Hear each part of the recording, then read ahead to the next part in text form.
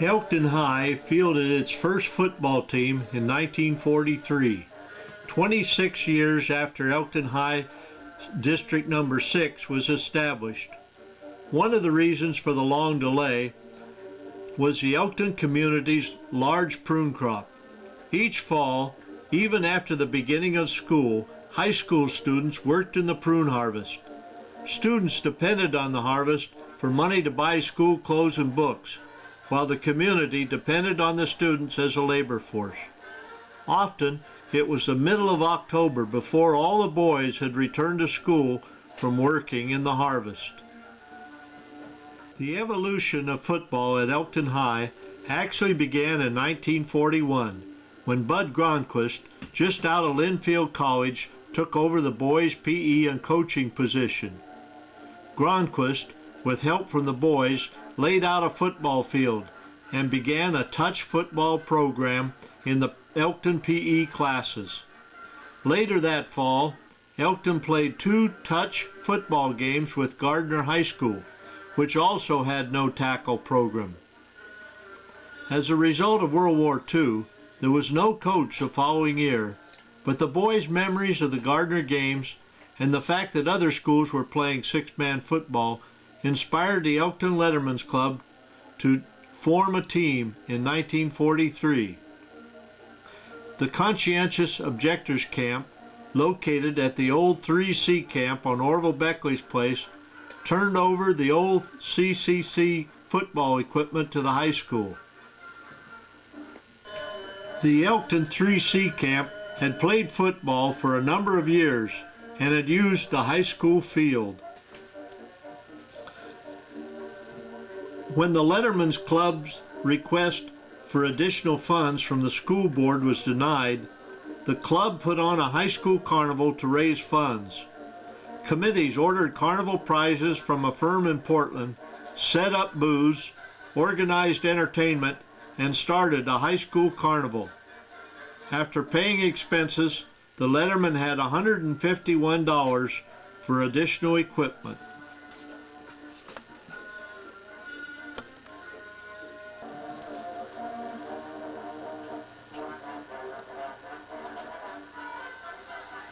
Helmets were difficult to find during the war, and the boys bought all that could be found in Eugene, 6.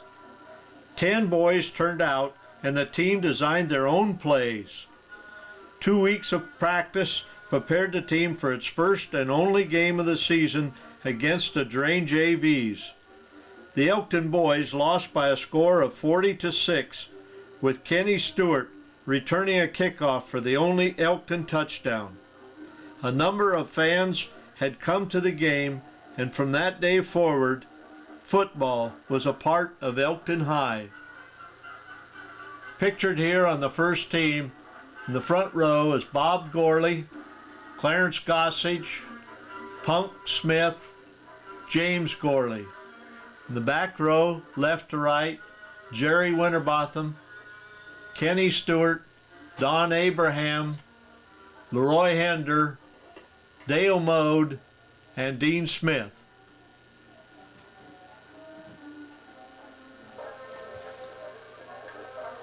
The Elkton School Board funded the football program for 1944, and Charles Hill became Elkton High's first football coach.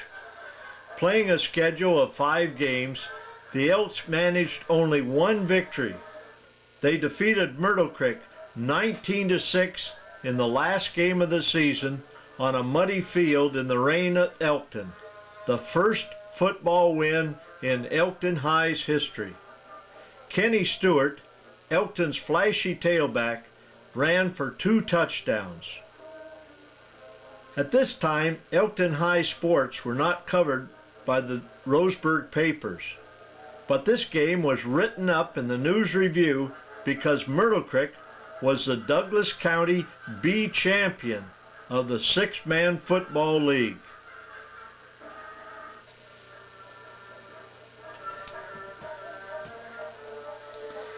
M.J. Smith coached the Elks in 1945. This team showed some improvement by winning 2 out of 8 games and being more competitive. Since members of the team worked in the prune harvest at the beginning of the season, the team got off to a slow start, but improved as the season went on. They beat Sutherland 55-7 in the final game of the season.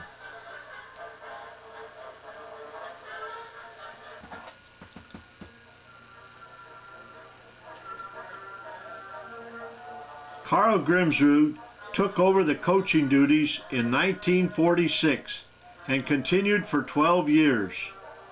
The number of boys turning out increased, and the Elks recorded a good season, highlighted by Elkton's first football victory over Drain, 30-19.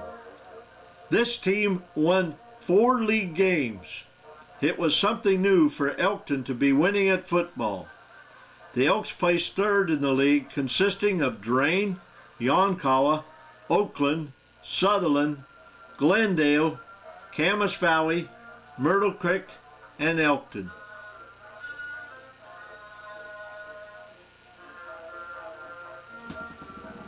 The 1947 season found the Elks winning 3 and losing 4. The highlight of the season was a night game with Coos River, played at North Bend, which the Elks won by 32 points. This year, Myrtle Creek left the B League and started playing 11-man football.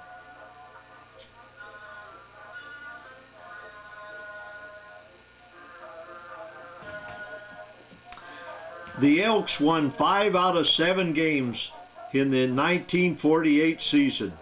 They tied for the league championship, and in the playoff to determine who would go on to play for the state championship were defeated by Yonkawa. It was the most successful season so far in the history of Elkton football.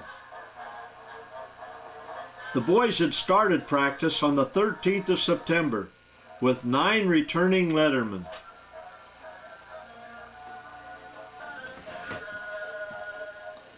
The 1949-50 Elks had a fair season, winning 2 of 3 league games for a 2nd place league finish. The overall record was 2 wins and 3 losses. They had 6 returning lettermen, but the other 8 boys were all first-year players.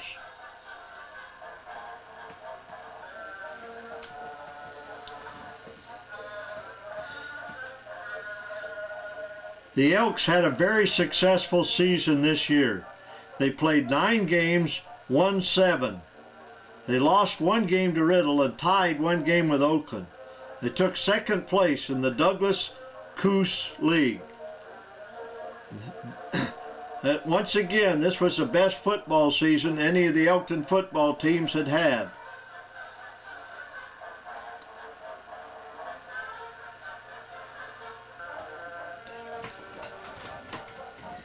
The Elkton football squad had a mediocre season during 1951. They won 3 and lost 3. Pegged as the favorites at the start of the season, they lost the first 2 games. A large part of this was probably due to the lack of practice. After their first 2 setbacks by Riddle and Glendale, they won 3 straight games by defeating Camas Valley, Canyonville, and a strong Glide squad. In the final game with Yonkawa, the Eagles beat them on the Eagles' home field. The Elks finished third in the league standings.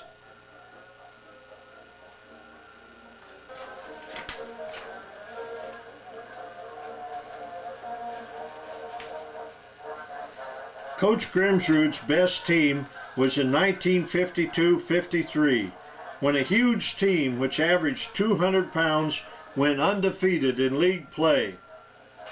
The ease with which the Elks won the league may have worked to their disadvantage.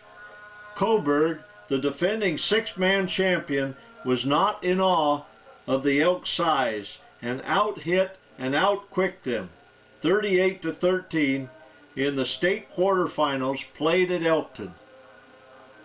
One of the advantages of this team was the large turnout. Football was becoming more popular at Elkton.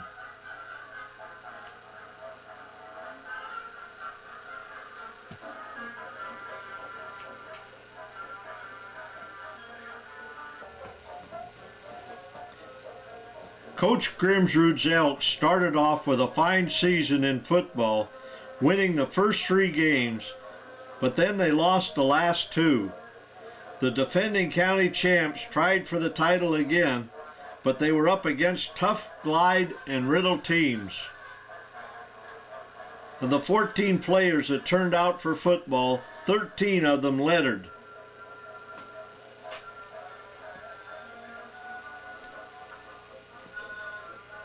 Paul Scallion saw action in every game, and as a senior was picked to play in the Shrine Benefit game in Pendleton.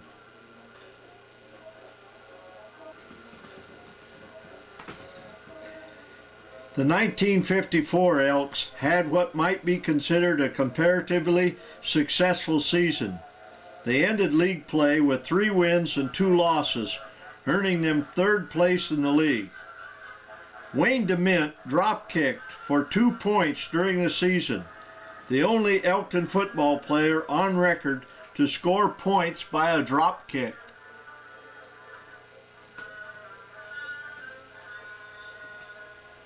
County 6-man football teams, in preparation for 11-man football, started a 2-league season for play in 1955-56.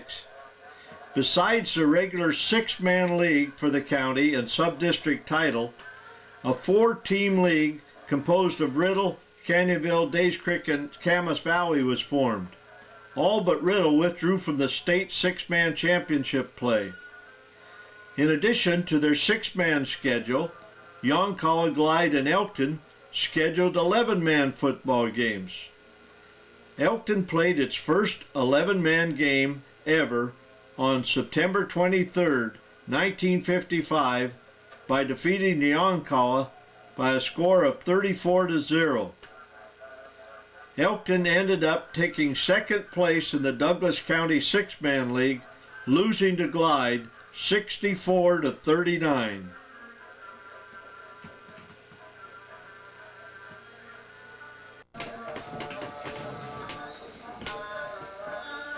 (1955) saw the end of 6-man football at Elkton High.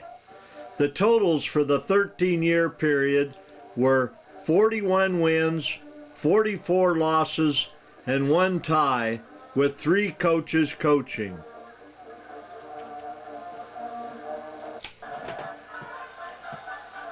However, in his 10 years of coaching, Carl Grimsrud had a winning record of 38 wins, 33 losses, and 1 tie in 6-man football, which is rather remarkable considering all the lost practice time because of the prune harvest.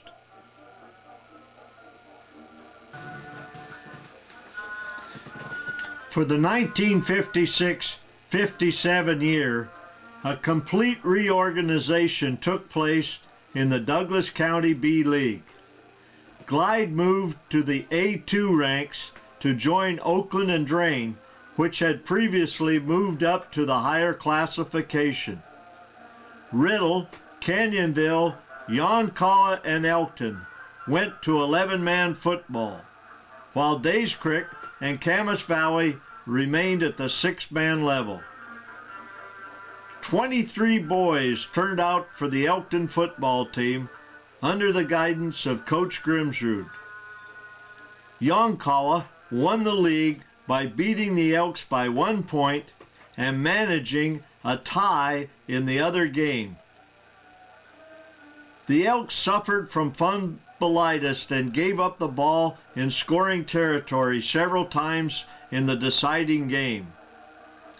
Larry Edmondson's running and passing and the steady play of Harold Duncan and Dick Johnson provided the bulk of the Elks' attack.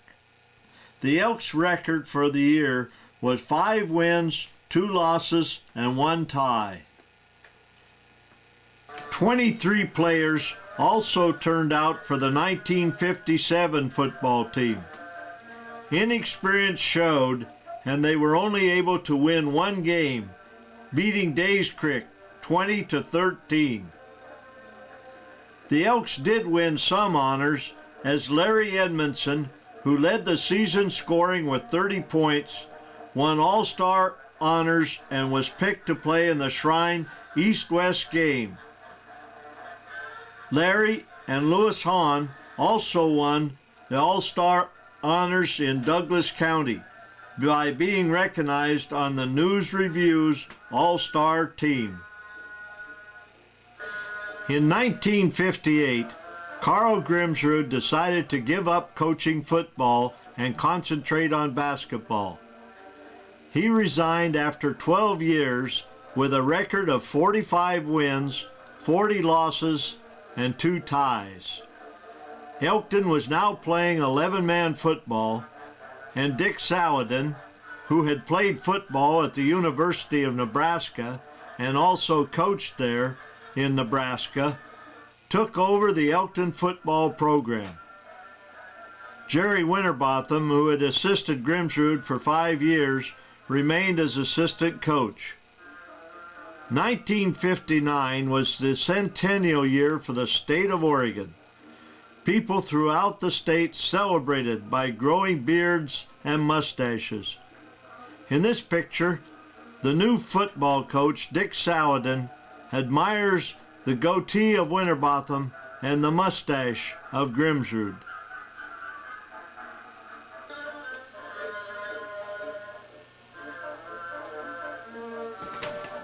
Saladin's 1958 football team did not have an outstanding record, winning 1 and losing 6, but it worked hard and improved steadily.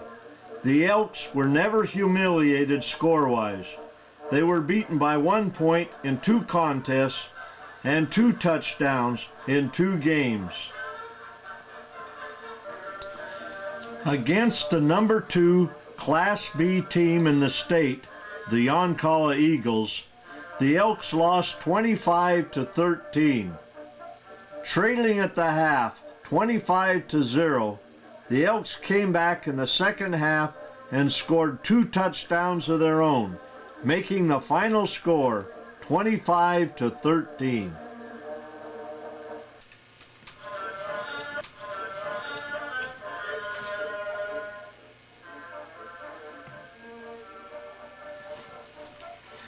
In 1959, the inexperienced Elks struggled again, winning 1 and losing 5. Most of the team were underclassmen.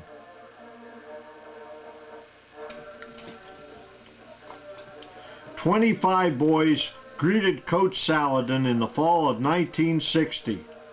Once again, the Elks struggled on the gridiron and recorded a 1-6 season. But the turnout of 14 freshmen and sophomores gave promise of better days to come. The 1961 football team's record of 2 wins, 4 losses, and 1 tie was not the highlight of the season. The large turnout foreshadowed the start of better years ahead for Elkton football. 30 out of the 35 boys in school were involved in the football program, 28 players and 2 managers. The 1962 season showed improvement. The one-loss record of 2-6 could have been 5-3 very easily. 3 of the losses were very close. One of the most memorable games in Elkton football was played at Crow during the Columbus Day windstorm. The wind blew so hard that punts went for minus yardage. 2 safeties were the only scorers. One Elkton punt rolled back into the end zone where an Elk recovered it for 2 points for Crow. The other safety occurred when the Elkton quarterback was tackled in the end zone. The team, rooters, and fans were assisted on their return journey by a state highway crew that cut through the wind-down trees on the back road through Lorain. 1963 Elks gridiron season was the best in many years. It was the most successful season since Elkton began playing 11-man football. Elkton won 6 games but lost to Yoncalla and Crow, thus ending up second to Yoncalla in the Trico-Bico League. Coach Saladin felt that the reason for the successful season was the increased interest among the boys and the good attendance at practice. 7 Elks were selected to the league all-star team. John Levenhagen was also selected to play in the East-West Shrine game in Pendleton. 20 players lettered in football this year.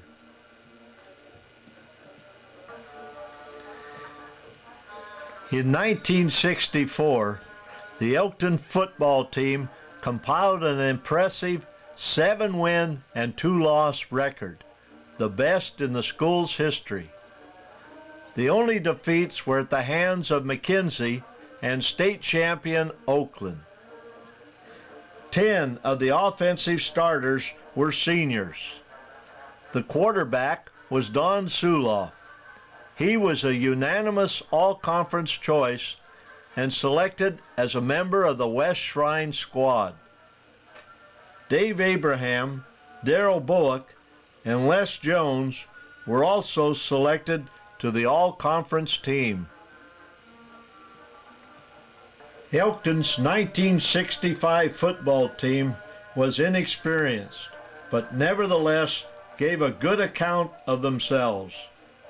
What could have been a disastrous season turned out well, with the Elk winning 4 games and losing 5. Coach Saladin attributed this to the tremendous morale-building activity by the returning seniors, Dave Hall, Rick Taylor, and Bill Swinehart. They really kept the team going. 28 boys turned out for football in 1966. Not only was this a record turnout, but not one boy quit before the end of the season. The team won 6 and lost 3. They were a determined, hard-hitting, never-say-die group, which made this winning season possible. Kip Blake and Pat Zozel were selected as all-conference picks. Kip later played in the Shrine game. The 1967 Elks football team had a record of 5-1-3, good enough for second place in the Southwestern League. This year's team maintained Elkton's reputation of being a very tough, hard-hitting, and aggressive group. The squad had 22 members composed of 3 seniors, 11 juniors, 4 sophomores, and 4 freshmen. Pat Zozel and Dick Hall made the all-league team. Pat also was selected as a player in the Shrine game.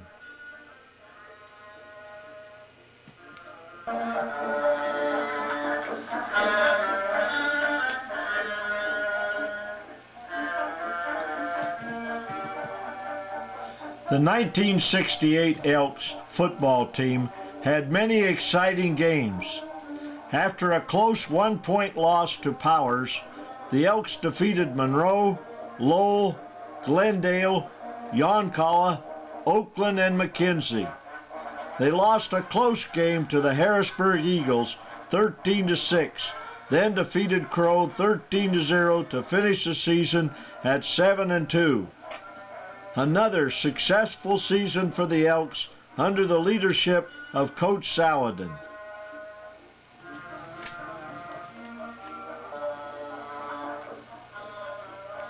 In 1969, the Elks were young and inexperienced, with 6 sophomores starting. They still managed a winning record of 5 wins and 4 losses, with a strong defense led by senior linebacker Jerry Moore. A highlight of the season was a 28-0 shutout of the Yoncalla Eagles.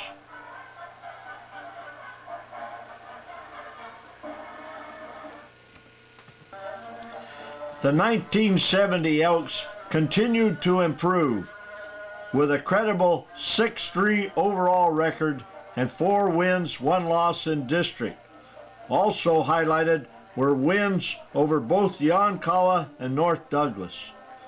Leaders for the Elks included junior fullback Rod Childers, who rushed for 433 yards, and senior quarterback Greg Surgeon, who completed 93 of 186 passes for 1,061 yards and 14 touchdowns. First team All-League honors went to Surgeon, Dan Larson, Ted Grimsrud, Don Robertson, and Bob Hender.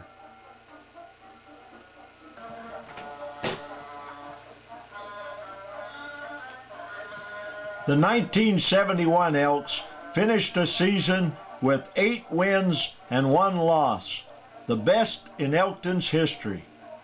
Injuries to quarterback Hank Williams and halfback John Swearingen just before the crucial game with North Douglas contributed heavily to the Elks' only defeat of the year in the Evergreen Conference. North Douglas won 16-0.